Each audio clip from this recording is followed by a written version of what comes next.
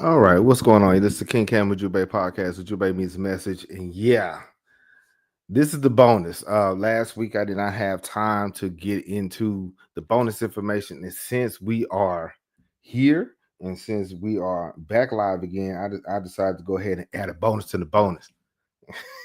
yeah, yeah, what's going on? All right, so now we're talking about the divine blueprint, the Book of Gates, all that. We're gonna hold on. Let me get to it. Yeah, we're gonna get into the blueprints of the divine, the uh the, the Book of Gates, African gatekeepers, and sacred geometry revealed. Yeah, I think the way the font is set up, you don't see the title, the blueprints of the divine. That's what we're gonna get into though. Peace, family. Welcome once again to King Cam Ujumbe Podcast and Ujumbe Meets Message. And this is a special bonus live stream transmission. Tonight, we're going to decode some things. We're going to decode these sacred science encoded in African temples, guardians, gateways, and sound. Yeah, yeah, yeah. Let me see. Greet everybody as you come in. Let me see who's in here. Yeah. Good eve, everyone. What's going on, Brother Ferguson? Now, here's the thing. Mo gonna be mad again if he ain't in town. I'm just saying, because I got something else up my sleeve. Man. Yeah, I said since y'all waited a few more days for this bonus, I got another bonus on top of the bonus. So yeah, we're gonna get back to our regular scheduled program, but this I had to get this one. I had to go and do this one. So greet everybody as you come in. So we're gonna do some decoding today. Yeah. Yep. Yep. I'm gonna hear in about another few days. So we're gonna go from Ethiopian Lalibela to Kush to Dandara to the Ethiopian and Egyptian tree of life. Yeah, today. This is not just about ancient architecture, it's about consciousness, it's about engineering, it's about the sacred science. If you ever felt the presence of a guardian in a dream, vision, or an idea, if you stood in a sacred space or place and felt the sound or moved the sound or vibration through your body, yeah, this is for you. Yeah, this is for you today. We're going to get more into the esoteric concept today. We're going to get into a little bit more detail today. Yeah, I'm kind of going off the beaten path that I normally would do, but it is what it is. So we're gonna explore divine geometry, sonic temples, sacred science, living gates of the Duat and the Netaru, and why these blueprints were never meant to be forgotten. All right. Now, here we go. Here's some of the questions, y'all. Why did ancient African civilizations place guardians at the gate? Yeah. Why did the ancient African ancestors or civilizations have guardians at the gates? And what were they really guarding? Now, how did sacred geometry, pi and phi, the terms pi, pi, and phi, encode the divine order in African temples and the human soul? I know the words pi and phi are some, Greek and Roman terms or whatever, but we're going to use them today. What is the Book of Gates? That is the extra one. Yeah, I've been alluding to Brother Fergus. I've been alluding to those the Book of Gates and everything. Today is going to be the day. What is it? And how does it map the soul's journey through the inner worlds? And how do these ancient blueprints still shape our dreams, rituals, and spiritual awakening today? What's going on, Volta? What's going on, Kane? Just in time. You're not late. What's going on? Hello. Greet everybody. Hit the like button as you come in. I'm excited. Yeah, I don't think this is a bonus, but I don't think this was gonna be we was gonna be able to do all of this in that segment of time. So give me a few more days, I add more stuff. So yeah, we're gonna get into it. So today we're gonna deal with the guardians at the gates, the womb as a threshold, the sun and the moon as gates themselves, the term pi and phi in African architecture, the African tree of life, the sound and resonance in sacred chambers, and the bonus, the Book of Gates. And yeah, I'm checking roll. You know how we do. I am going to check roll, and there are habits of new people that's been added to the fam. New people that has been commenting and sharing and adding value to the conversation. Yeah, I see you. We see you, and I'm grateful for you. But yeah, we're gonna get into this bonus transmission, blueprints of the divine, right? So this pillar, we discussed the four pillars. Pillar Ethiopia, the source and sanctuary. Pillar 2, Kemet, the blueprint of sacred civilization. Pillar number 3, Kush and Nubia. This is the fourth. This is, even though we're talking about those three, Kemet, Nubia, and Ethiopia, but this is pillar number 4, the hidden code, the spiritual science, the symbols, and the esoteric legacy of Africa. Yeah, we're on a deep end today. I figured since you guys have been with me long enough, we can kind of go into the, the 10 feet side of the pool today. We're going to kind of wade in those waters today. All right. So guardians at the gate. Guardians at the gate, threshold and keepers of and consciousness, threshold keepers and consciousness, right? Every civilization that encoded sacred science placed guardians at the gate. It's not just temples, but the consciousness, the actual sacred consciousness we have. We do a lot of discussion. We have a lot of discussions about gatekeepers and everything. It's not just in the physical areas. It's not just, say, in church. It's not just in our HBCUs or our schools or at the cookout. We have gatekeepers almost in everything and in every place, especially in our sacred spaces, the seen and unseen. Right? So in this situation, we got guardians in Ethiopia. Yeah. Here we go. Let me see. Oh, Miss Blue said, sorry, I'm late. Greetings, everyone. Yeah, you're not late, just in time. Miss Haynes, okay, let's get it. All right. Yeah. Ethiopia in Lalibela.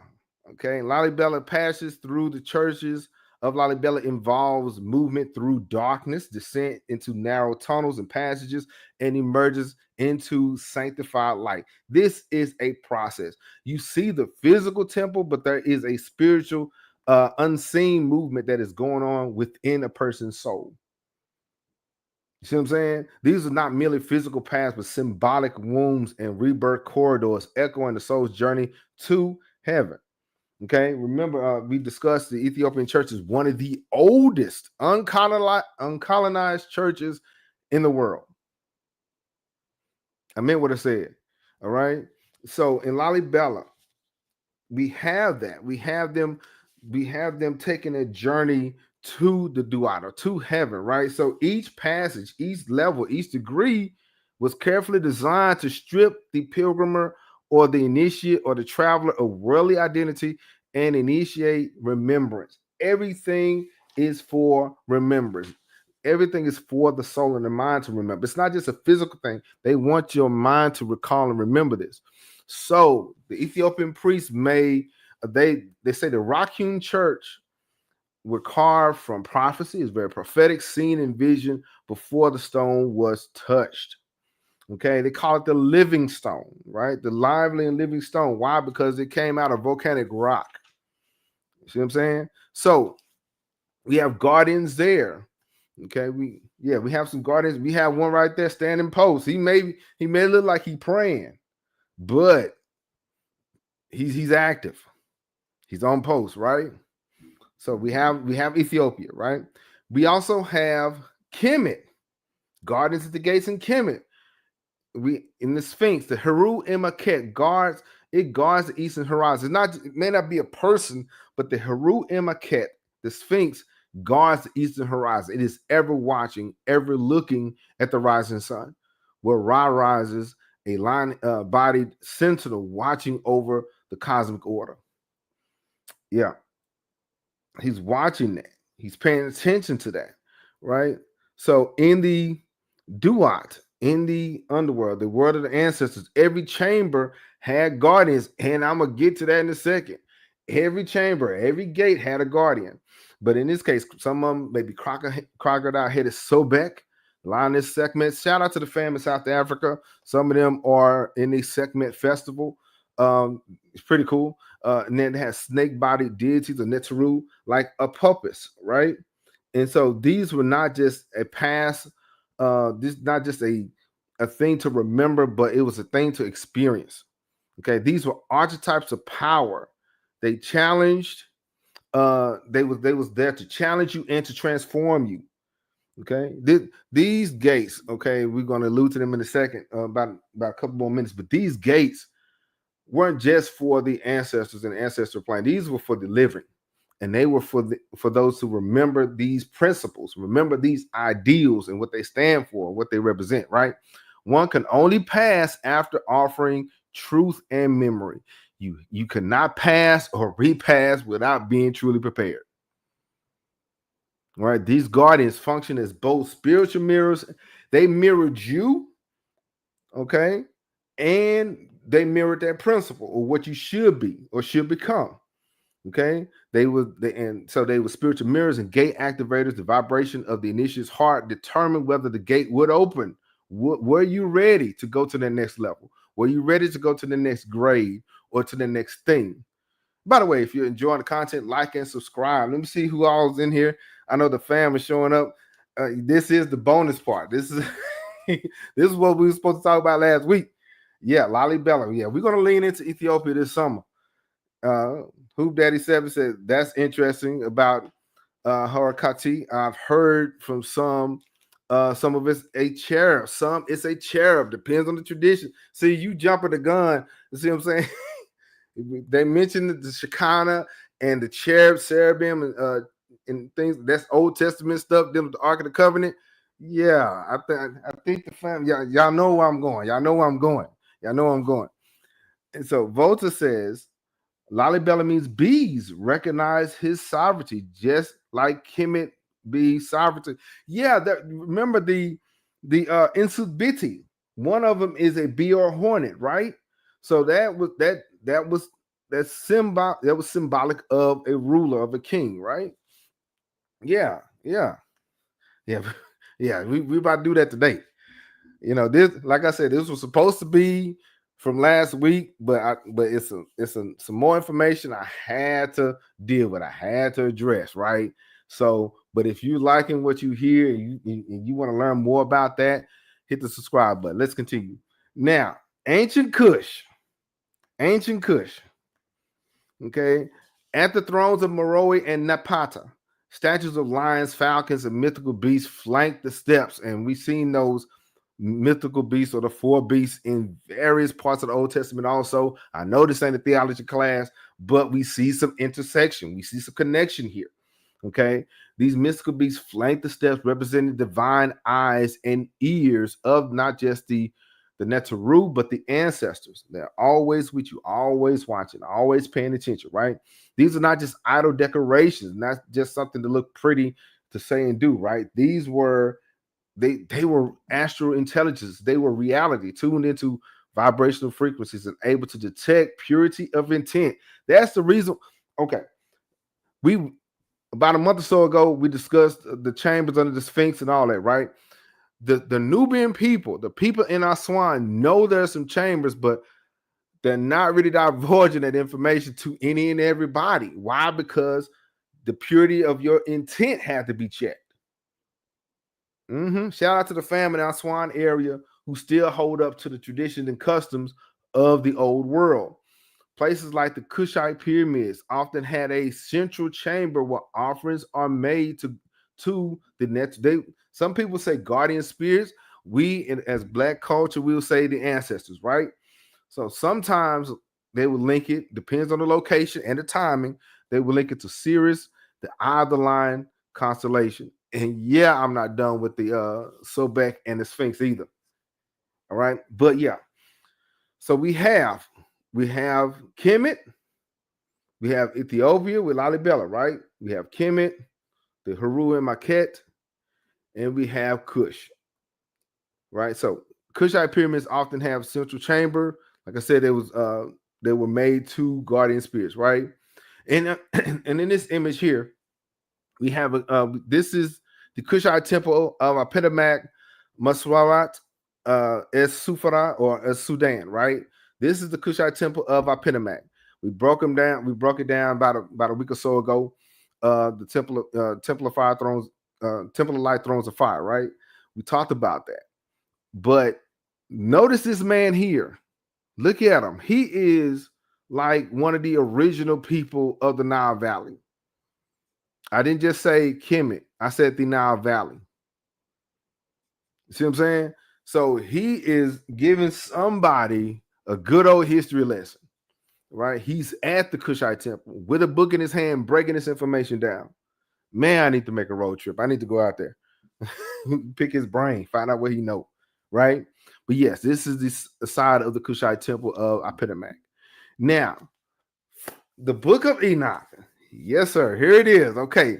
In the book of Enoch, okay, which is not in the King James Version. Nothing wrong with that. But the book of Enoch, they have guardians too. Okay. Watchers, giants, or angelic beings guard knowledge. It guards stars and realms between worlds.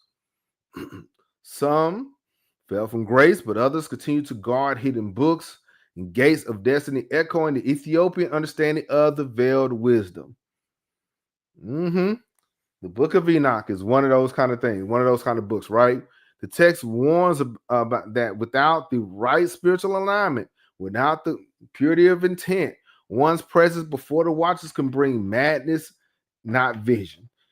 If you are approaching the ancestors, or if you are approaching these guardians with the wrong intention, they may drive you crazy. And that's the reason why a lot of these cats out here are nuts right now. Said what it said. The text warns, once again, without the right spiritual alignment, without purity of intention, may drive you crazy. Now, I was told the Ethiopian Bible is one of the most complete versions of the Bible. If you're into that kind of thing, I know there's a lot of discussion, argument about that, but you know, they have like 88 books and King James has 66. But yeah, the Ethiopian Bible, they do deal with the book of Enoch. Yeah. Yeah. I told you this is gonna be that summer. Brother Ferguson said, "Oh shoot, Enoch, yeah, Enoch. He is a major figure in the Ethiopian tradition, and the Ark of the Covenant is also part of that tradition. But you know, we'll discuss that another week. But yeah. Now, speaking of the Ark of the Covenant, since we own it, I'm on with y'all on today. I'm on with y'all on today. The Ark of the Covenant believed to rest in Ethiopia, in Axum. It's protected not only by physical guardians like the tribe of Levi, but also by unseen forces. And I think Hoop Daddy mentioned this earlier. The cherub or angels represent the celestial watcher, the celestial watcher's power. The Shekinah glory shines between the angelic beings. Shekinah glory, for those who are into the Old Testament and theology, that represents the presence of God, right? So there are some people in Ethiopia that is guarding. They say they're guarding the Ark of the Covenant, and that's the reason why they had to kick out the Knights Templar. You doing too much. You looking for the wrong thing. I thought you were looking for Prester John, but now you really looking for the Ark of the Covenant. Yeah. It is actually in Lalibela. It is actually in Ethiopia. Shout out to the fam. Yeah. Yeah, that's why if you have the wrong intention, if you are approaching the ancestors wrong, or your heart ain't right, yeah, you're gonna go crazy. Yeah. Let's get it. Let's go. Oh, I forgot. By the way, this is gonna be an interesting session. Don't forget to have something to write on, something to write with. I don't think I told y'all that. get something to write on, something to write with. Sit back, and we're gonna enjoy this discussion. We're gonna get into this, and we may have a little time for Q&A. But I gotta get to this bonus. This is bonus part 1, but there's a bonus part 2 in a few minutes. All right, let's go. Now, in oral tradition claims that the ark emits power when approached by the unworthy. If you approach the ark wrong, yeah, you're going to come up fried. Now, we're told that the Ethiopian Tawahedo priests guard the sacred Ark of the Covenant and, like I said before, expelled the Knights of Europe when they were looking for it. Yeah, we thought you was here for brotherhood and fellowship and everything, and you out of here doing the most. Yeah. That's what they were doing. So we had about last week we had a discussion alluding to the fact that during the Middle Ages, during the Crusade era, Ethiopia did have some contact with the old Jerusalem, right? And so during that time, the European knights were trying to look. They was in search for Prester John, but then they found out that the Ark of the Covenant was there. So what they did, they started trying to fellowship and everything. And after so long, the Ethiopian priests, the Ethiopian leadership kicked them out. Not only kicked the Europeans out, they also kicked out Saladin's boys. See, what was going on is that Europe was trying to come in, creep in the back door of Ethiopia, using the banner of Christianity, and Saladin's boys were just trying to take over some extra space so they could surround Jerusalem. So, yes, there were some Knights Templar in Ethiopia, but the Ethiopian also had their own knighthood and priesthood too. And we're going to talk about that. It may not be today, but the Ethiopian did have their own knights, their own warriors. See, the thing is, we hyper focus too much on what Europe was doing, and we neglect what Africa was doing. So in this time, in this sovereign nation, Ethiopia had their own knighthood. They had their own set of warriors that was seriously 10 toes down about their business. It wasn't just praying and meditating all day. They threw hands too. That's another reason why Ethiopia remains a sovereign nation up until now. Let's see what the family's talking about. Yeah. The Netter got the Shekinah fitting. Yeah.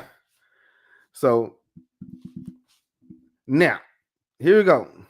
Really quick. I'm just going to drop a key in the chat or the comments if you ever, because we're at the gatekeeper side. If you met a gatekeeper in, say, a dream, a vision, or meditation, what did they look like? And what did they say? Because each one, Cush, Axum, Kemet, they had their gatekeepers, be it past or present.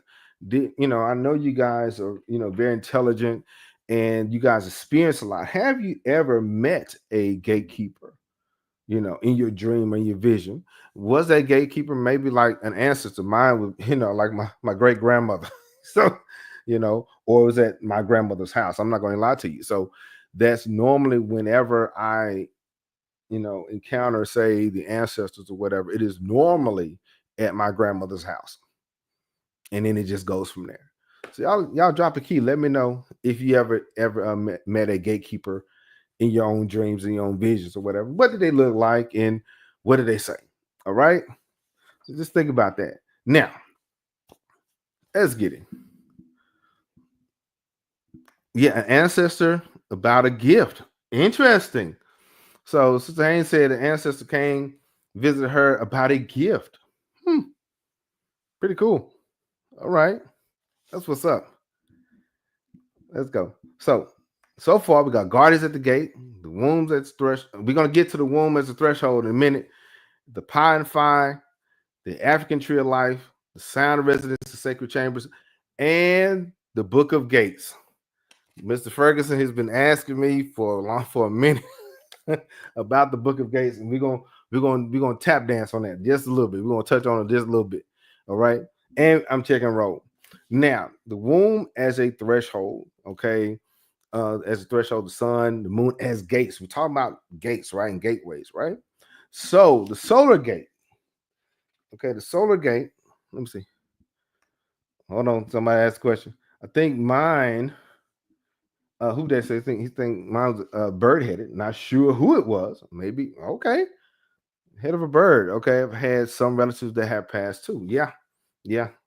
Got to pay attention to those things. This is not really that kind of podcast. However, we can't reject or neglect our ancestors in this process, in this journey, right? We can't, and sometimes what'll happen is we'll hyper focus on people that, that was ancestors 1,000 years ago, but we neglect our aunts, our uncles, our grandparents. See what I'm saying? It got to be a balance, right? So, all right. Now, the solar gate. Just really quick before I get into that, the womb is not only a biological space but a cosmic passage. Okay, we mentioned that a few weeks ago, dealing with so back in there for the original gate through which life enters this realm. In African cosmology, in African custom, in science, the womb is protected by powerful energies. Okay, by the ancestors. By, say, if it's in Kemet, the line is Sekhmet or Wajet. The Nile is often described as a womb river. Okay, its water is encoded with memory, with life and spirit, right? So the solar gate it symbolizes action, rising, daytime, clarity, the moments of say external initiation and visibility, right? Egyptian temple like Abu Simbel, even though it has been moved to another place, it still has this alignment, right? It aligns with the sun rising during solstice, and this is the summer solstice. It's about to get hot in Texas. I need to go to Canada or something like that. But yeah, so but they twice a year the sun rays would go all the way into the temple where the Jesharu is, and it lights that room up, right? And so it aligns with the sun's rising during solstice. These were the moments when the divine truth was unveiled.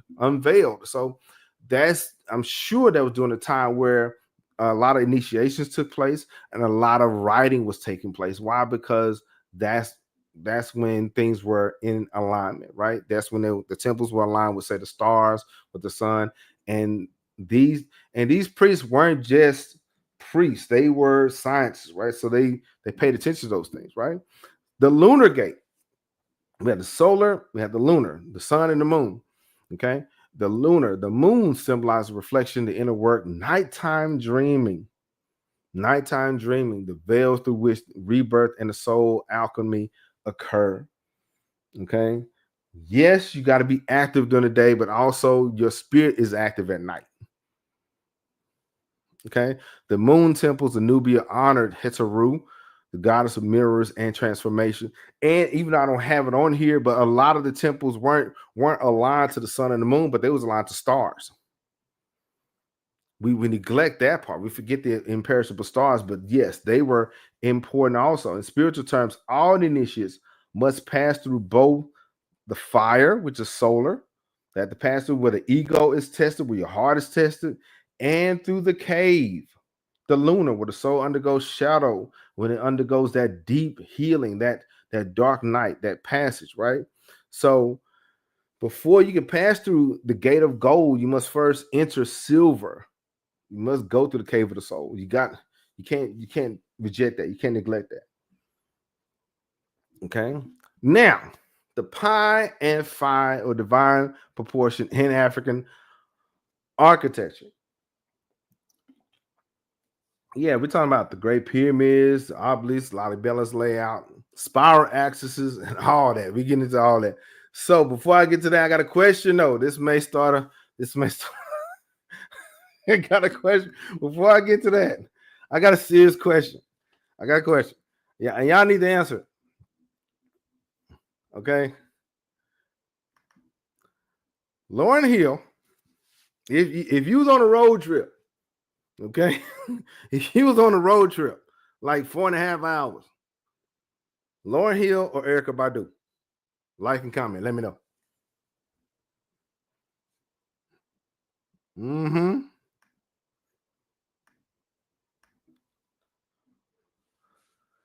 Lauryn Hill or Erykah Badu. Now, I'm not asking me, okay? I'm not asking me.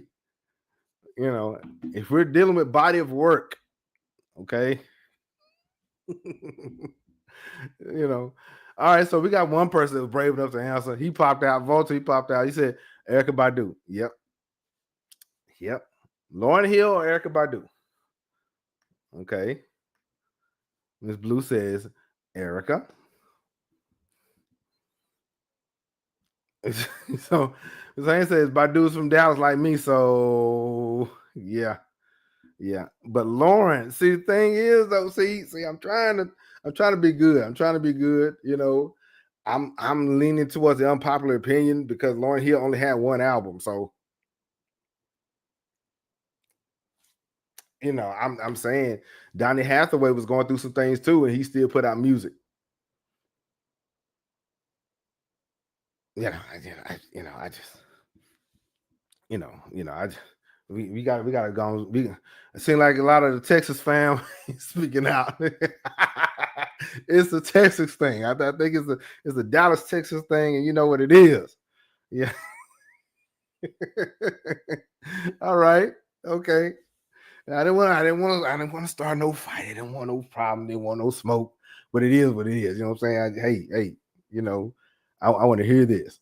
Lauren Hill, now both are talented. You know, I'm just saying if you're on a road trip and if you had to go, say, 4 hours in any direction, yeah. It says we only needed one from Lauren. We're still decoding today. Okay, you can say that. I guess you could say that. We got one from. I sure, fine, okay, all right. Badu's real esoteric. Yeah, I didn't know that. Volta is saying Badu was a rapper too, Wu affiliate. I can see that. I can see that. But I like them both. I do enjoy listening to them both. They both had great music, and I really believe. I think neo soul is still the genre. You know what I'm saying? I don't care where it's from or who it's from. See what I'm saying? Neo soul hits. And now every now and then I hear that beat somewhere. I say, man, that late 90s, early 2000s neo soul was legendary. All right, got one more question. One more. Dave Chappelle or Kevin Hart? Mm-hmm.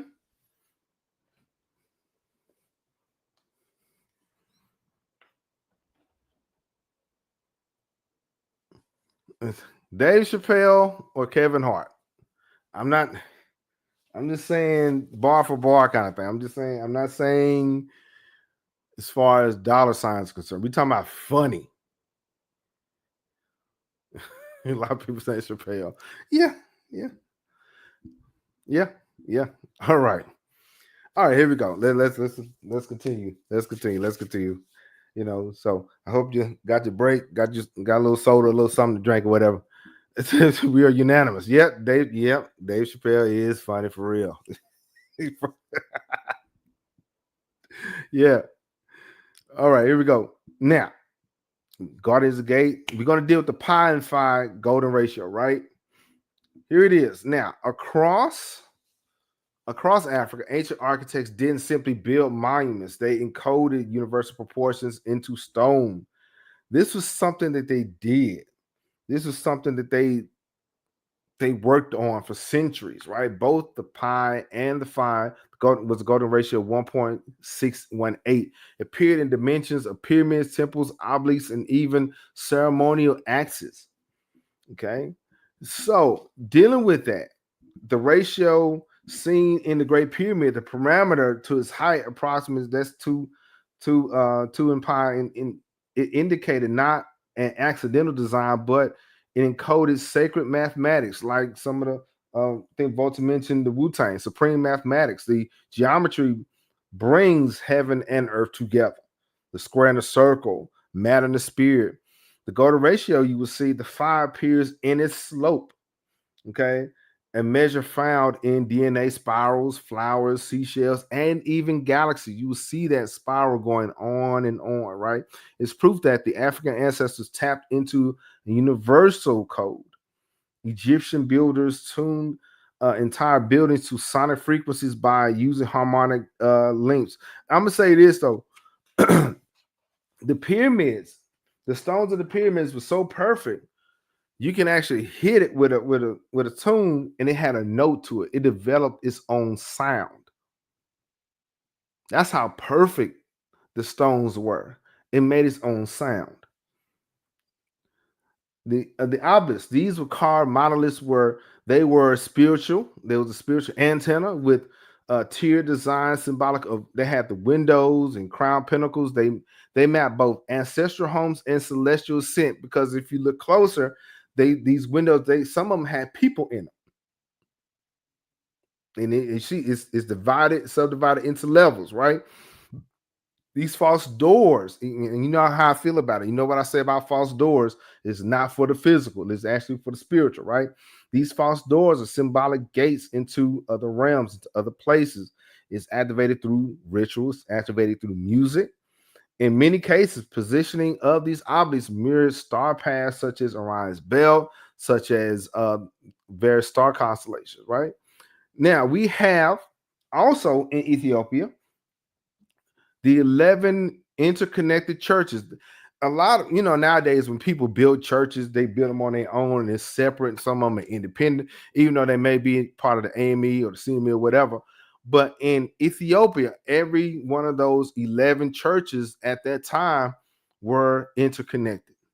Okay. The Bet Madhaim Alim and Bet Girigis were their space in harmony with the golden ratio proportions. Some align with constellations. So it wasn't just Old Testament, New Testament. A lot of these were aligned with the stars too.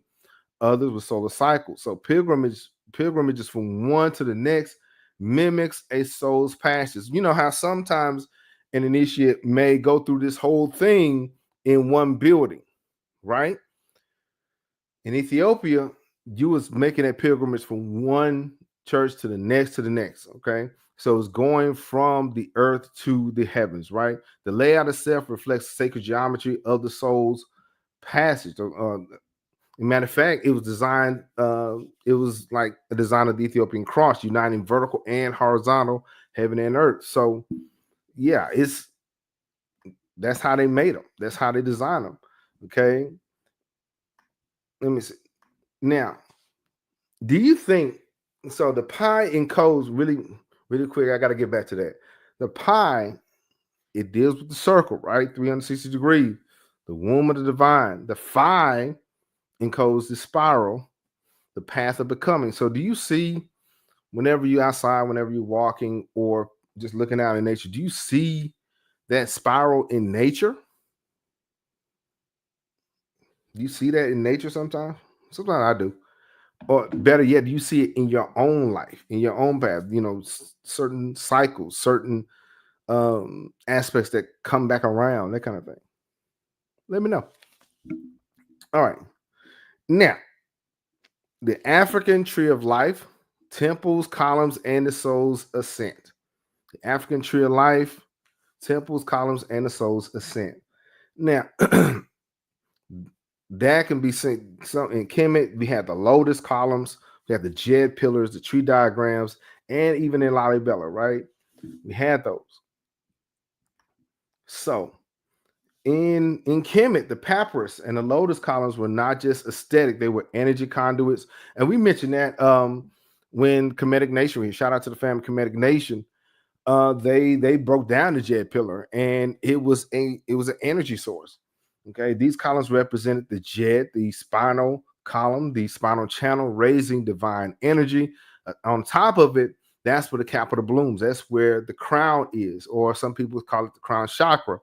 Each temple at the very top, at each one of those pylons, each one of those columns, at the very top, you have the lotus opening up, right? It represents the spinal temple where breath and sound activated ascending energy. So it wasn't just stone, it was energy and power. Yeah. Yeah. Split apple. Yeah. Food. Yeah. You see the spiral in fingerprints, baby and embryo, pineapple, etc. Yeah. So you see those things, right? See them everywhere, right? And so in Ethiopia, okay, the gate structures of Lalibela and other highland sanctuaries follow a tripartite form. Okay. At the very bottom, you see this one is separated. It has like three different, three subdivisions, right? The first, the lower is the earth or the womb. The middle is the heart, the threshold, and the very top is the sky. And so you see that when we broke down Hatshepsut's temple, We saw that also when it was, even though no matter how large and vast it was still broken up into 3 sections. Okay. Yeah, crown of the head. Speaking of the crown chakra, yeah, I don't know, I'm not too well versed in that, so I'm gonna let you guys have that one. But you see those things, that you see that interaction. The temple, like the body, is a sacred ladder. Each gate is, like I think who daddy mentioned, a chakra. It is a level. It is a threshold. It is a test. The Lalibela's journey mirrors the ascent through the spheres of light. Now, the tree of life, and temple layouts. Many African temple complexes are laid out on vertical. It's more of a vertical thing. It's going up. Whenever you're dealing with African customs, African experiences, it's always a going up experience. It's always from one level to the next, right? And so you have the tree of life. You have and this is not just an Old Testament thing, it is a African thing. When you see the baobab tree, some of the oldest trees in the world are found in Africa. Okay. And it seems like everybody kind of gravitates towards that tree. Okay. And in Ethiopian monasteries, and as well as in Nubia, they often they had hidden maps in them, some of the spiritual bodies, some had you find that information in this root, in this trunk. And I think in Kenya, some of their priests, whenever they transcend from the physical plane to the spiritual, whenever they pass away, they're buried at the roots of these trees. You know? So the body is a temple, the column is the spine, and every step that we take is a gate. It is a forward movement, right? So we have a sound. I think I mentioned before, and stay tuned. We're gonna deal with that good old book of gates in a second. But like I mentioned before, these temples, these places, their stones are so perfect, it developed a sound, right?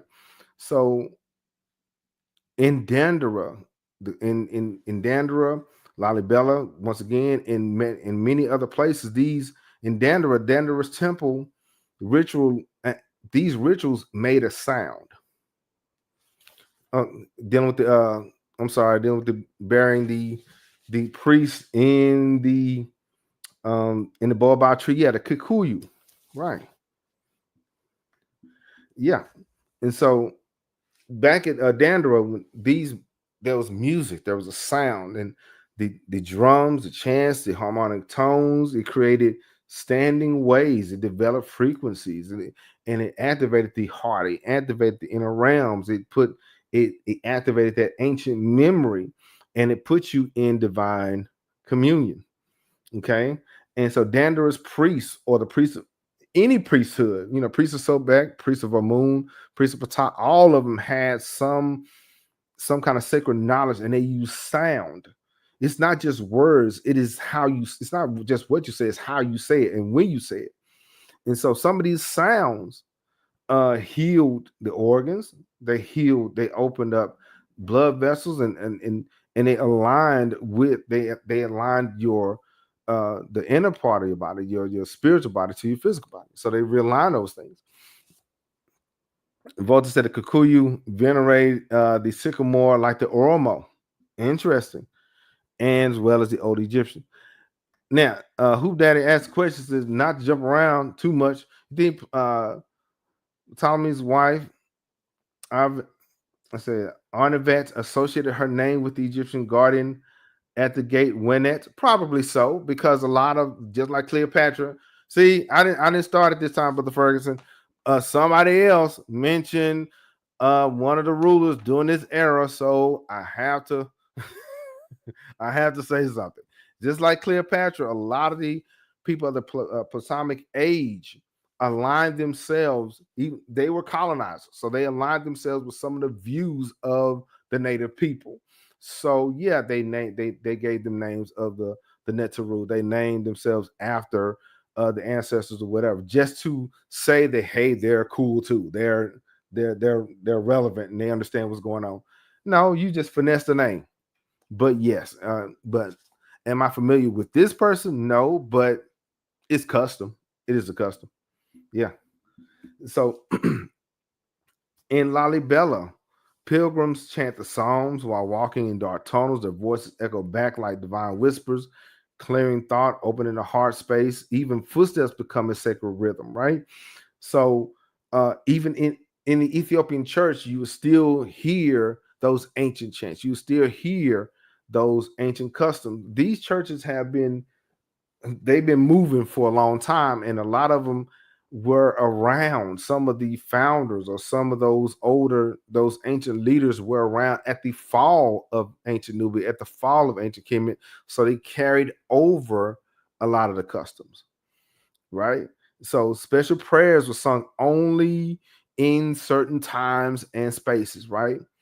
Okay. So like in Kush in Sudan, the stone layouts and semi enclosures were used as in harmonic rituals, like the clapping and the singing, the drumming, chanted reawakened ancestral lines and recalibrated the body's resonance. That's the reason why, say, the ancient, even though they're ancient to us, but say Taharka and Queen Amani Reina, a lot of them, they were so impactful. Why? Because they connected to the ancient ancestors.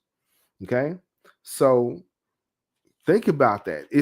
These places weren't just something to see and be a part of. It was supposed to be an experience. So in Western culture, keeping off often means keeping people out, right? But sometimes these gatekeepers are also inviting us back in. So in African sacred tradition, gatekeeping is about ensuring that one is truly prepared. This is why gatekeepers matter. That's the reason why we have them, not just to keep people out, but to make sure the right people are in. Okay. These they're nowadays they may be our musicians, they may be our artists, they may be our poets, asking us, are you ready to meet yourself? Okay, they stand at the veil at each threshold, at each physical, spiritual level, ensuring integrity, not elitism. Nowadays, we do use the term gatekeep to be elite about a certain thing, or to keep certain people out and certain people in, or you got to pay some money to be a part of this or that. Sometimes it is more of a spiritual thing. And these guardians are protectors of sacred energy, testers of intent, mirrors of readiness. So every temple, every sacred space have its guards, not just to keep people out, but to prepare the soul to come in. You see what I'm saying? Now, let's get to it. So this part here is the fourth pillar, the hidden codes, spiritual science, symbols, and the esoteric legacy of Africa, right? Now we're going to get into the fun part. We're going I said all this to say this here. So here we go. Now, if we're going, this is the bonus after the bonus. I told you I've been talking about the Book of Gates. I've been talking about the AmDuat. We're doing that today. Since we're talking about guardians and everything, we're gonna get into that today. Because hey, it's summertime. I ain't got nothing else to do. You know what I'm saying? Hey, let's do it. Now, this is for the fam right here. This is the AmDuat and the Book of Gates. I realize there's two different things. Same time frame, same era, but two different books, the AmDuat and the Book of Gates, the hidden path of the soul. Yep. That's the kind of time when we on. So don't forget to hit the like button. We're about to lean into this one. The AmDuat and the Book of Gates. And I have this book here. I have this. This is the Egyptian Heaven and Hell. This is by E.A. Wallace Budge. It's pretty interesting. Very eye-opening, okay? And to say the least, because we know about the pyramid text. We know about the Book of Coming for by Day, the coffin text and all those, but the Book of Gates was an addition to or an expansion to that kind of universe, okay, in the New Kingdom. So It's a large funeral book in which the priests of Amun describe the other world. Okay, this is what E.A. Wallace Budge says. And in the second place, the book is an actual guide. So it's not just for the ancestors, but it's actually for those who are yet living, right? It's a guide with pictures of its various divisions of the Netzeru and even demons of every kind that were to be met with within them. It was an invaluable source. It was for those who were trying to navigate life. Okay, the book AmDuat was, like I said, very lengthy work. It occupied spaces on the walls, on papyrus, and poor people could not afford tombs, but they had the papyrus, they had the papers. The priests collected all the artifacts which were absolutely essential for the soul so they could travel by itself through the other world into the Duat.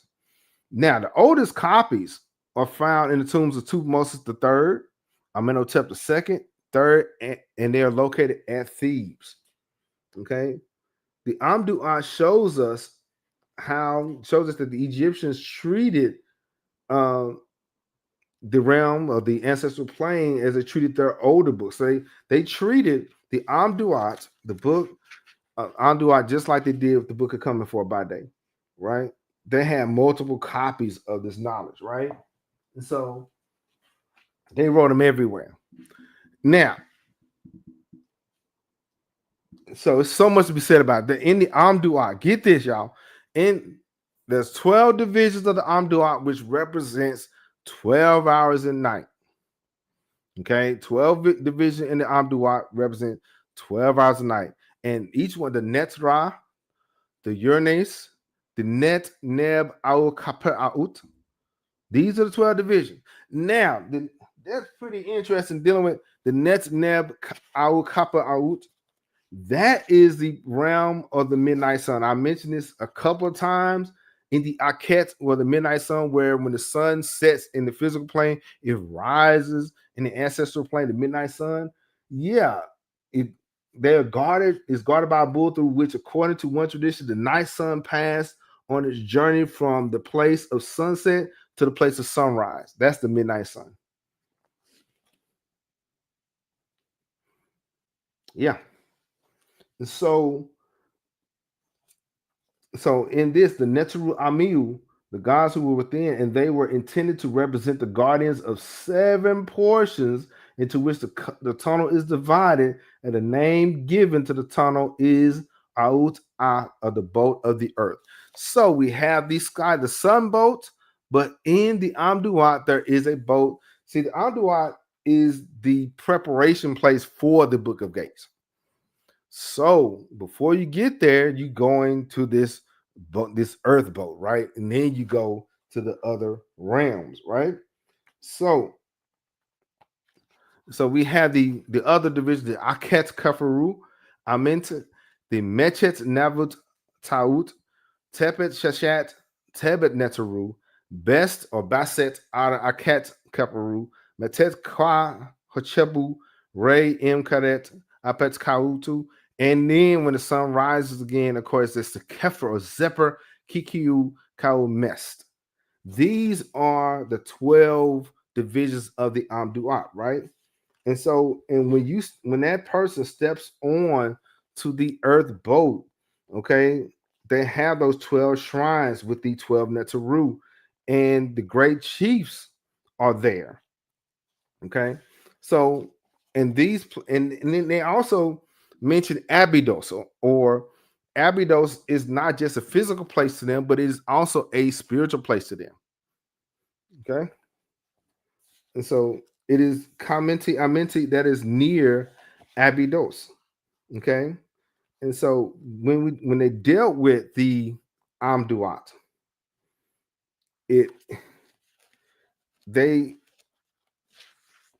the deceased, even here, the deceased heart is weighed. Okay, but we'll get into that in a second. But these divisions also represented the stars. Okay, the stars that you see at night. Okay, they also represented the ancestors. Okay, so we have that. So we have the AmDuat. Okay, let me see. Is the AmDuat something like Christian purgatory? No, no. In the Roman Catholic Church, there is a concept of purgatory, right? Where they have to do something or wait for enough prayers to get to. No, there are is the I guess you could say it is a waiting place, but they're moving forward and upward. They're not permanently stuck there like in the Roman Catholic Church. You you just going from this like just like you see here. You see the ancestor going on this. They're in movement. Purgatory in the Roman Catholic Church, you're stuck there. But in our in the ancestral plane, they're gradually drifting away from the physical realm into the higher spiritual realm. You see what I'm saying? So yeah, but I understand, there is some kind of similarity, but that there is some difference there. What's going on, Sister Willis? What's going on, Sister Linda? Okay. And for those who know Sister Linda, she is the great sister of Baba Yakia, who is in Morocco. I think it's like nighttime there. Shout out to Baba Yakia Shabaka. He's a great historian. He knows a lot about West Africa, and he moved from California and he moved to Morocco. Very knowledgeable in Arabic and all those things. So shout out to him. Yeah, there is and I hope you're doing well, Sister Linda. I hope all is well with you. Yeah, there is a big difference. Okay, in the Roman Catholic tradition, you're stuck. If you find yourself in there, you're stuck. But in the African tradition, you are moving. Okay, you're moving. Okay, you're going further and further into the land of the ancestors, like almost detached, almost, but you are moving. Okay, so let me see. All right, now dealing with the Book of Gates, though. So when you're traveling from the physical plane to the you taking the earth boat. Now you're at the Book of Gates. You're at the gates and the duats, right? Now, the Book of Gates revealed it was like a sacred map of the soul's journey through the duat, the underworld, or the inner world of consciousness. It's structured in 12 hours or stages, each representing a challenge or a transformation. Okay. The ancients didn't just map the stars, they mapped the soul. Okay. The soul rise, the solar boat. So in the AmDuat, there was the Book of Earth, the earth boat, right? In the Book of Gates, you go from the earth boat to the boat of Ra, the sun boat, through the night. Each hour or gate is guarded by divine beings or ancestors or even forces. You must pass these tests and speak words of power and remember who you really are. They're going to ask you your name, and then they're going to ask you what is their name. So knowledge of self is very important, and knowledge of your ancestors is just as important. In the ancient Egyptian tradition, esoteric structure of the book, each of the 12 gates is associated with a time of night, like say from 7 p.m. to 7 a.m. Okay, each represented the time of night, an element of transformation, and a trio. It was 3 guardians at each one of these gates. And the gates correspond to the sun's descent into the spiritual underworld, the realm of the midnight sun, as we talked about. And we may go into further detail about that. Y'all just let me know. And in the echoes, the soul's return to the source through the cycles of purification and divine remembrance. Now,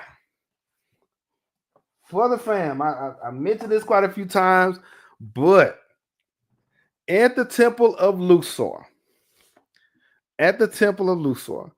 there is a battle. Okay, Ramses II and the Battle of Kadesh. It wasn't just discussing a physical battle. You understand? This was a spiritual battle that every king had to undergo.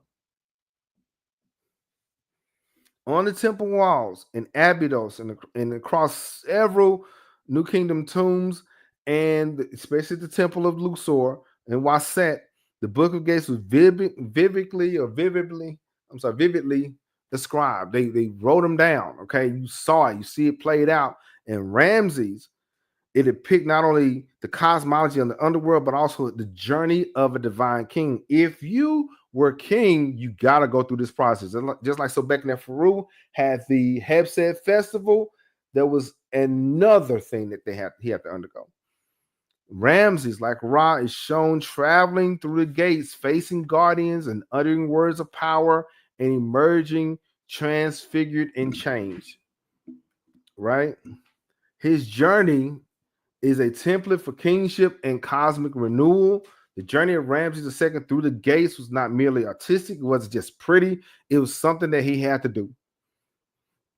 Okay. And remember, y'all, Ramses, even though he is part of, say, the new era, the new kingdom, that was a couple of 100 years since Amenhotep III. This is a while. So he had to spiritually show the people of Kemet that he was fit to rule. So the journey was through the gates, not just artistic, it was an esoteric movement. The ruler must undergo these tests of the soul, guided by Ma'at, and emerge as this separate, or Kafari, or Kefri, the one reborn by the morning light. Okay. And I think in the book of Gates, it says, I am the gate, the doorway to the mysteries. Okay. Let me see if I can see that, because I'm going ahead of myself. I am the gate, the doorway to the mysteries. Those who know me pass unharmed. Those who don't remain forever lost. Okay. Now, if you're enjoying the content, like and subscribe. But check this out. Guess what I have? I told y'all. If you want to engage in this kind of conversation, this book here, let me move this. This book here, Sacred Science, The King of Pharaonic Theocracy by Robert Lubies, you need that. Now, in the book, okay, in the book, okay, it talks about his journey. It talks about the battles that he had to face. The Battle of Kadesh is both physical and spiritual. Okay, as a first important example of pharaonic symbology, we will present the account of this battle. Okay, he said. Now, he says here, what is difficult to understand, however, is why the king, after having single-handedly vanquished an immense army and all the allies, must continue to fight. Yeah, he had to continue. This wasn't just a physical battle where he had to show and prove. Okay, this was a night battle, and it shows him the king here is in a eastern. He's moving east. It's an east to west direction. It's comparable to the daily procession of the sun. Okay, and in the second image, it symbolizes nocturnal path of the sun. Okay, nocturnal path of the sun in this battle against the adversary, the night. Indeed, the solar king is at first overtaken by night and is depicted by the superimposed images of the enemies all around him. Yeah. So some of these, and then the reality is some of these battles he as king had to face alone. Okay. And this is the image of the temple. And it is like a sundial on the inside. Yep. Ramses, the loving of Amun, has taken up position in the south. And as the night goes on, he is undergoing another battle. Yeah, get that. But we'll let me know if you want me to talk more into detail about that. But I don't want to hijack all your time about that. But that was good. I didn't know that they had to go through that. I didn't know that I knew that there was an initiation process from a physical standpoint, but a spiritual process that he had to do for many years. This wasn't just a one and done thing. Every night almost, his spirit had to go to battle. Like and comment below. Let me know. Now, and so dealing with the Book of Gates, it appears in the tombs, in the New Kingdom. It appeared everywhere. Okay, and the time of the pharaohs like Seti and King Tut, many others, each hour represented a gate, and each gate is guarded by the Neteru in spirit. Some welcoming and some are challenging.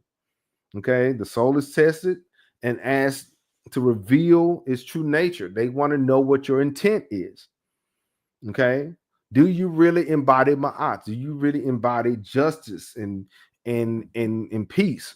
The principle of truth, balance, and cosmic order. Only the pure of heart can pass unscathed. Otherwise, you're gonna get checked. Okay, let me see. Now, now the now dealing with that, dealing with the chambers, dealing with the chambers. A lot of them were in vivid colors and illustrations, and it's roadmap. It is a roadmap for the soul's journey through the Duwata underworld, and this represents the 12 hours of night. Okay, this picture here is one of the illustrations in the Book of Gates. And we have some of the Neteru, some of the ancestors, and we have the individual. Sometimes it's embodied or symbolic of Ra himself or the actual person, but they're pulling the boat of Ra or the solar boat. Okay. And we also have those who were overtaken or those who were found unworthy. They're there also. Now, and in the ancient text, it says, hail to you, the gatekeeper of the second gate.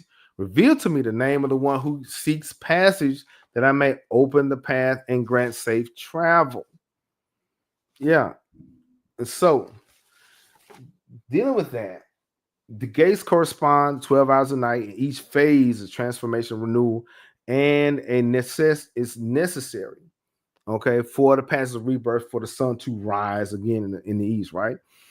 But gates are not just about death and the afterlife. Okay. It's not always about that. It's not morbid like that all the time, right?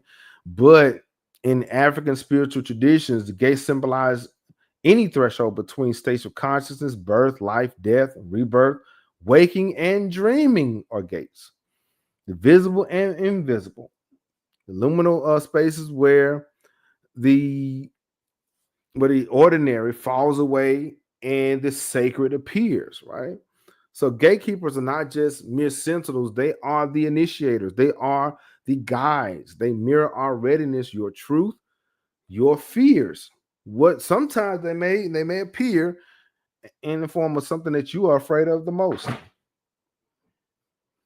They test the vibration of your heart, ensuring you see if you're really prepared for what lies beyond this. Okay. So in the Papyrus of Ani, a companion funerary text, it says this. It says, I have not committed sin against men or the gods. I have not disturbed the peace of the land. I have not lied to the gatekeeper. I have not hidden the truth from the Neteru, from the gods. Check this out. That is part of the 42 laws of Ma'at, or the negative confessions. Somebody asked me about the 42 laws of Ma'at. It is all over the place in Kemet. Okay, these declarations affirm the soul's readiness to pass through the gates, emphasizing Ma'at, truth, and cosmic order. Across African spiritual tradition, this idea appears in rites where niches must pass through sacred doorways to undergo tests, representing death to one state and birth into another. Now, so according to E.A. Wallace Budge, these are the 12 divisions of the Book of Gates, according to him. And these gates are guarded by the Neteru, right? The first was guarded by Sa'et, okay? The second one is Akibi. The other one is Tachibi. The other one is Tekhara. Now, after the fourth gate, that is where you have the judgment hall of Asar. Okay, in some traditions. Okay, there's various traditions to this. And then there's another one, Set M Ma'ataf, okay, and Akin Ma'at, Set Hara, Abta, Setu, Amnetuf, and Sebi. These are the 12 divisions according to E.A. Wallace Budge. But now each gate had 3 Neteru. Okay, like say for example, the first gate, it was guarded by a scorpion-headed person who test the fear. Out, as soon as you get in there, they're doing a heart check. A scorpion-headed Neteru. Okay, and then we have Hekbet, a frog-headed goddess of birth, overseeing the soul's rebirth. So when that sun is setting, it's rising in the ancestral plane. You're being birthed into that plane. And then we have the Ba, the winged soul form, appears only to those who remember their divine origin. Okay, this is the entry into the Duat, right? Let's say like the second gate, the guardians of Serket, Kardet, and Akibi, right? This is they punish disillusion and distortion. This is the silent gate. You gotta, at this second gate, you can only speak the truth. Okay, you can only tell them the truth, right? And so Serket, the scorpion goddess, holds the sting of truth. Kerhet, guardian of silence, and then Akibi, right? Then the third, I couldn't put all the names here, but the gate 3, the guardians are Akir, Sabau, and Ma'at, right? The double line Neteru. Akir, the double line Neteru who guards past and future. Sebau, chaos. Ma'at, of course, truth and justice. Okay. Time is basically teaching you about time and patience. Okay, you must deal with time. And then of course like I said, E.A. Wallace Butts has one aspect of it. There's other traditions may have different Neteru, but it will have 3 of them, right? And number 4, Rekibi and Tefnut and Kinimu, right? And so Rekhiti, there's the flame bearer. Gate is closed by fire. Tefnut, moisture goddess, balances the fire's purging. Kemenu, the ram-headed creator who molds the reborn. So that's the rebirth, right? Let me see what the fam is saying. Yeah. It's tough, but this wasn't just for the ancestors; it was for the living. Each phase of life or each walk of life, you got to deal with time, you got to deal with peace, or you got to deal with some kind of challenge. See what I'm saying? You got to deal with some kind of opposition, like the flame bearer. Your gate is closed by fire. It is closed by opposition. Okay, so in this case, you got to speak the name of the flame. You got to call it out for what it is. Okay, or be consumed by it. That's what they're saying. Trial by fire. Yeah, the 5th gate, Sa, Net, and Isaudet. Sa is God of perception, opens the eyes of knowing. Net, the weaver of destinies. Now, this we will get into the primordial Neteru, but yes, she weaves destinies, tests clarity of purpose, and then Saset, that's another primordial goddess. Okay, it deals with clairvoyant intuition, and it also reconnects you with the ancient ancestors. Okay, and of course, gate 6, that's the 6th hour, and that is when the midnight sun is at its highest, and that's when you deal with people like Anupu or Anubis and Heka and Nebhet. Okay, that you're with them, and Anubis, he's measuring the purity of your heart. Heka, of course, is magic, demands the word of power. Nebhet, the lady of the house. Nebhet, you normally see her with wings, okay, and she is guiding the ancestors into the duats, right? So Anupu and his mother Nebhet is together. Guarding in the 7th gate, okay, the 7th hour, guardians of Shu, Geb, and Amut or Amit. Shu is the breath and balance. Geb is the earth. Amit is the eater of the false-hearted. So if you are totally out of pocket, yeah, only truth can pass here. Okay, you got to be grounded. You got to be patient. And gate 8 guardians, that's Tahuti, Sia, and Bahet. Tahuti is the scribe of memory. Sia is divine perception. Bahet is the spirit mirror of the self. It symbolizes the record and review. One must confront the self. You got to confront who you are. And so the thing is, in ancient African custom and ancient African tradition, annihilation is not a thing to them. Okay, either you do a reset. Well, it's rare. And let me back to, it's rare that you're totally annihilated, but lessons have to be learned, even in this, right? So gate 9, Sekhmet, Wajet, and Ren. I think who that he mentioned Ren, which is the name. Okay, the true name of the person's soul. What is your name?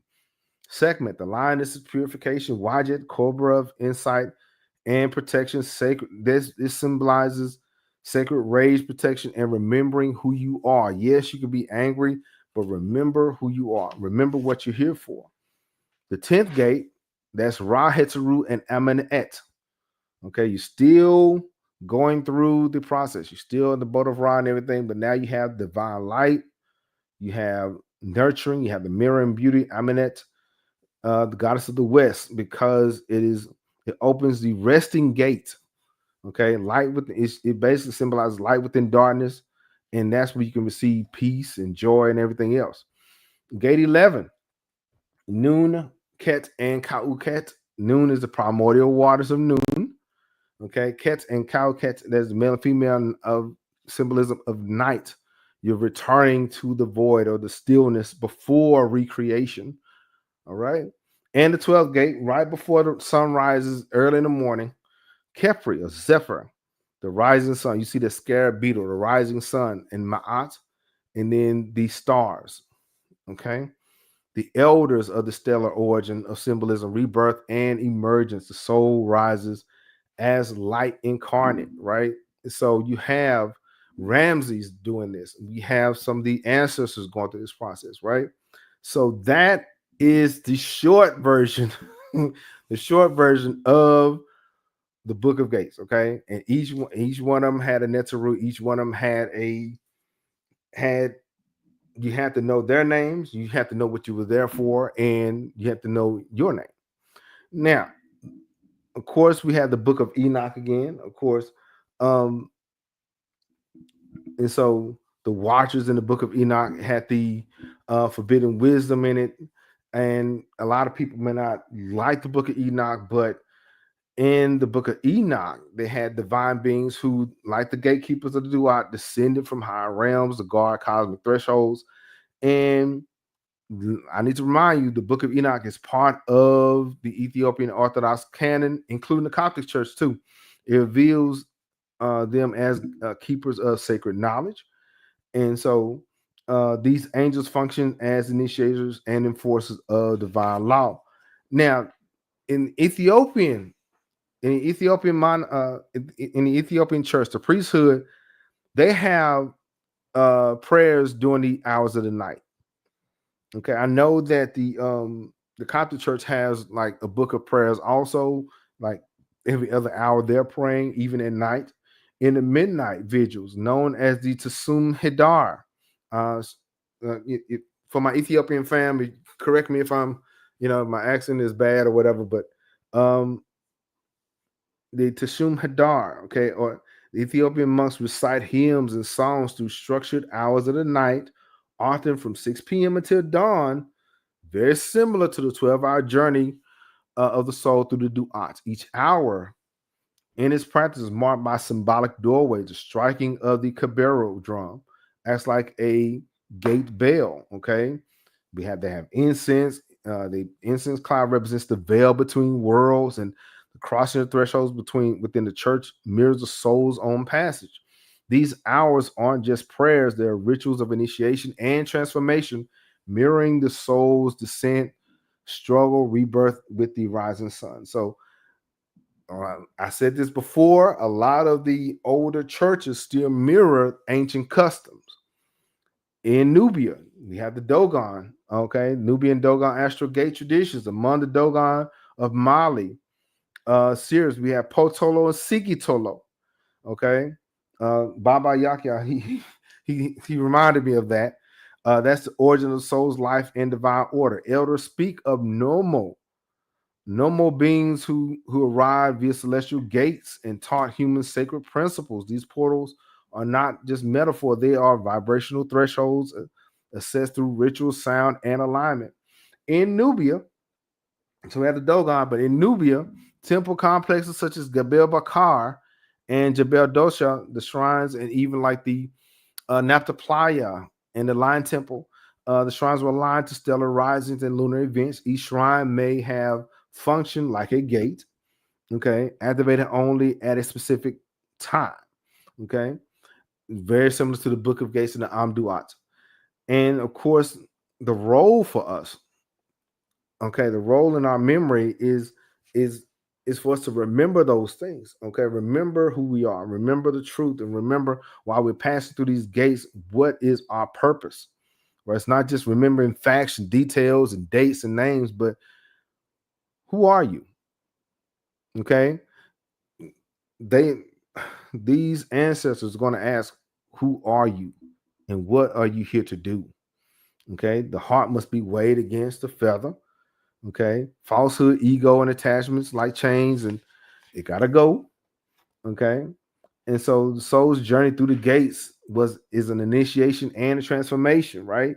In African oral traditions, it teaches us about truth telling and persevering and preserving the memory of our ancestors, and they keep the soul aligned with the order and clear the path through the gates. Okay. So the 12 gates, the soul's journey through the gates is 12 gates is a full cycle, a nice journey of death and renewal. The sun sleeps and the soul's journey inward is guided by the natural light, Isis, Osiris, even Ptah, the moon, and many others, depends on the era. This journey is mirrored in African initiation rites. The crossing from childhood to adulthood, from ignorance to wisdom. Okay. You see it all over the continent. Okay, these gates were also spiritual technology encoded in sound and geometry, light and vibration, ancient tools for transformation. Modern seekers can engage in this blueprint, seeing their own trials as gates. Like I said, it's not just for the ancestors, but it's for you, for us. So the 12 gates reflects the cycle. So you see those echoes throughout the continent.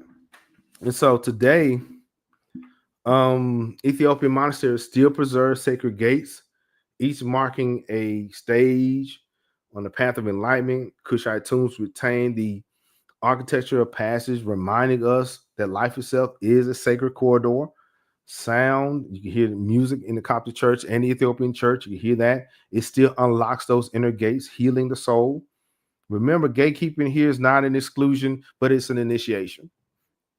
Okay. So if you have, once again, if you ever had a dream, if you met a gatekeeper or somebody like that, just let me know.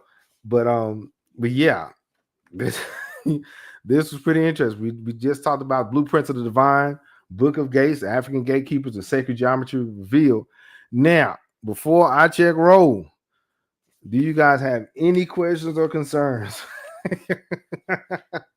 Man, I'm glad that you guys are here, though. This has been pretty interesting. Oh, I forgot, because I know before I check roll, have your questions ready, though. But now, here are some of the books. Here's some of the books. I forgot about that. Here's some of the books. Okay. Now, the Book of Gates. I know the font is off, but the Book of Gates. This is one version of it. This is, I have another. This one, the one I have is by E.A. Wallace Budge. Okay. But tomato, right? The Book of Gates, The Sacred Science, The King of Pharaonic Theocracy. That is a really good book. Okay, really good. Okay, yeah, it's on one hand we deal with the actual factuals, right? The lineages and the pharaonic ages and dynasties and stuff like that.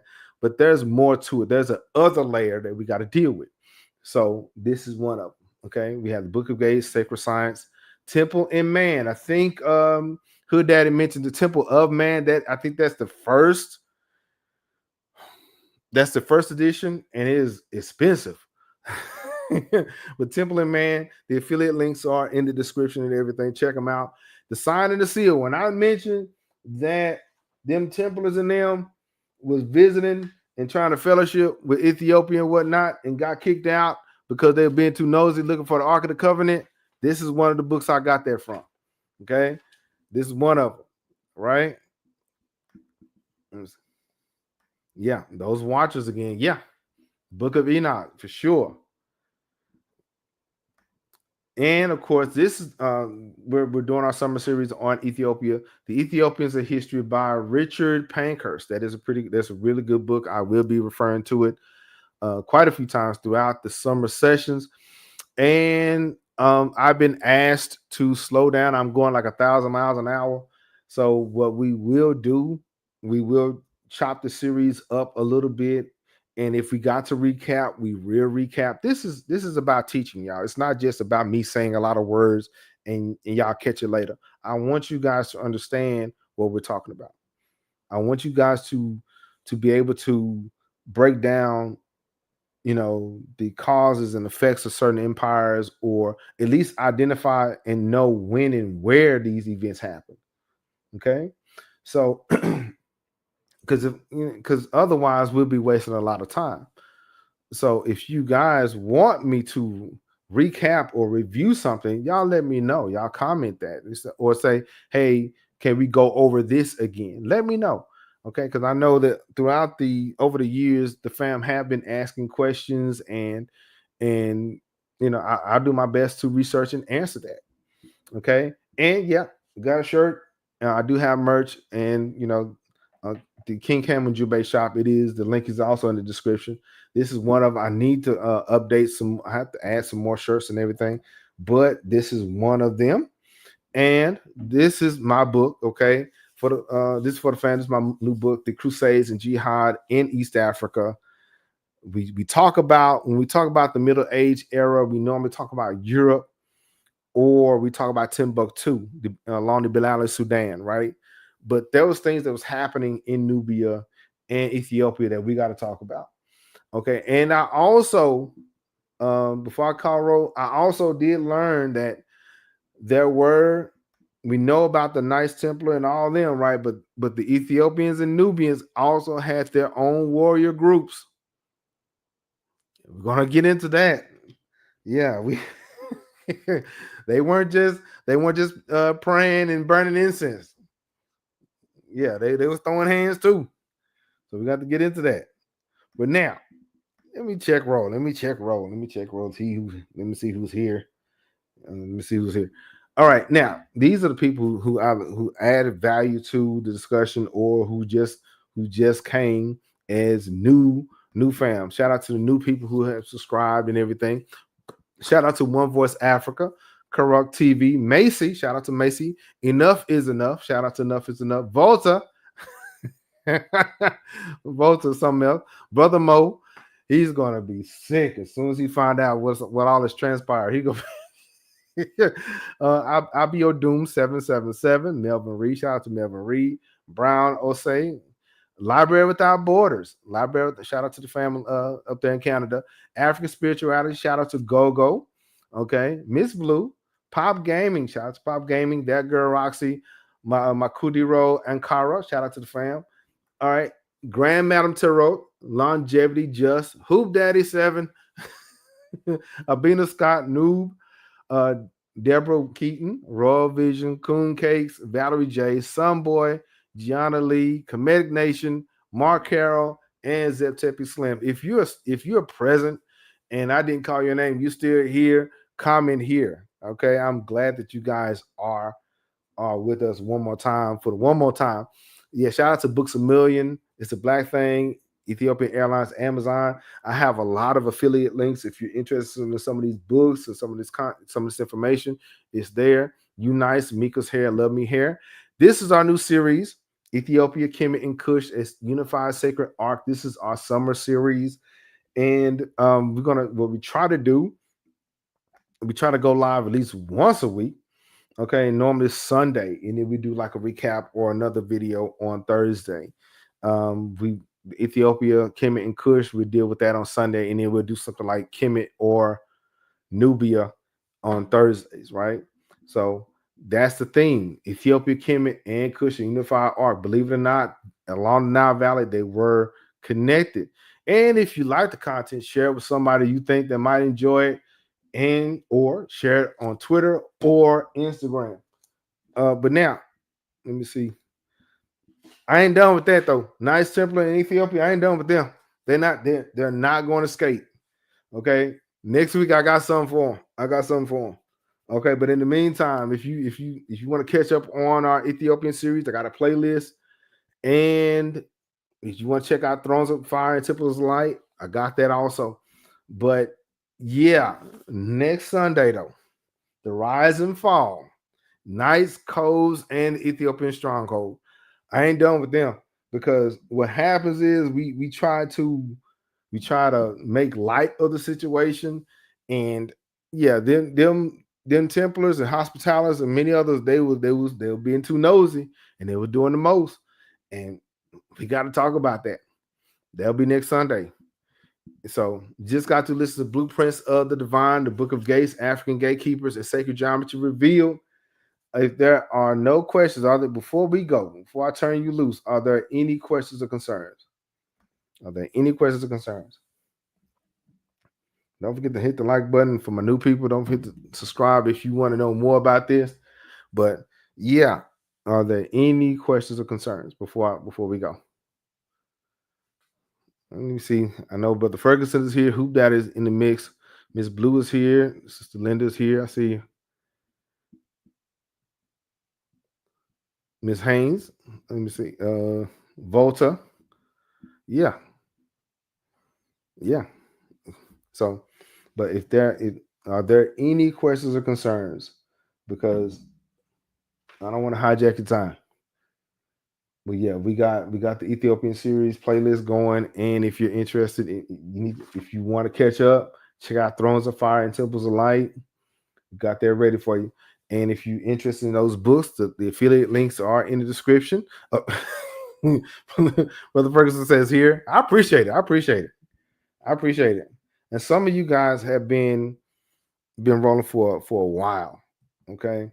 And what we decided to do is lean into some things that are a little different. I know we talk about the Book of Coming For by Day, Pyramid Text, but the Book of Gates is rare. But if you want me to do another session on just the Book of Gates just by itself, y'all just type in Book of Gates, let me know. But the Book of Gates is rare. We kind of touch it in passing, but yeah, I think it's very important that we do highlight the fam in Ethiopia and Sudan as well as Kemet. What happens is when we talk about the Nile Valley, we only address Kemet and nobody else. And so I think that it's very important that we address it. And so I think ancient Nubia needs to get her shine. I think the ancient Axum, and I know Volta. I think Volta mentioned that Axum had a foggy past, and we gotta tell it. Okay, we gotta tell it. I think it's very important that we have those discussions. And what happens when we deal with African history, we would amplify not only say certain aspects of Nile Valley like Kemet. What happened is we would amplify, say, like what we know as African traditional systems, like Ifa or what the Bamoon does or whatever, or the Hausa, and neglect the Coptic church and neglect the Ethiopian church. They all are part of the African system or a part of the African cosmos. Hoop Daddy says, appreciate your knowledge, brother. Good seeing my old drum mate doing this thing. Yeah, for those who don't know, I used to play drums in high school and college. I used to yeah, it was a lot of fun. And and the thing is, even speaking of drums, in the African church, like the Ethiopian church, they still play drums, whereas where the Europeans would say that's wrong to do, they'll turn around and say, who you talking to, right? But yeah, so I think that it's important that we tell all of the story, the whole story. But now I know there's other people that will take their time out to talk about the whole continent. And it's cool, but the people that come here, that come to King Cam Ujumbe Podcast, they like for us to talk about Ethiopia. They like for us to talk about Nubia and Kemet, as well as some symbolism. And I would do my best to make that happen. And so over the summer, we will be discussing Ethiopia. And then in the fall, we will move on into Kush. But even though like Thursdays, we will still deal with, we may deal with some Kemetic science here, and another Thursday we'll deal with Kushite science. But for the most part, we're gonna be on that. Okay, but I really appreciate it. If there are no other questions, shout out to the fam. Prince Cam is back in town, so he is my oldest son. We went and got him from college, and he had a great time. And so he's back, and so he'll be here. He's on a track scholarship, so we get to get on his nerves before he want to go back to school. But I think sometimes the best time for family to get together, for people to learn new things. And let me know if there's something that, speaking of learning new things, if there's something that you want me to address or discuss, let me know. It's not just what I want to talk about. There's what do you guys want to talk about? Y'all let me know. Y'all like and comment. But if there's nothing else, you listen to King Cam Ujumbe Podcast, and we just got through talking about blueprints of the divine. And don't forget, let me see where's that next week. Yeah, we're gonna get to that next week. The rise and fall of nice codes and the Ethiopian stronghold. Okay, we'll deal with that next week on Sunday about same time. And so if there's nothing else, listen to King Cam Ujumbe Podcast, and I will talk to you later. Peace.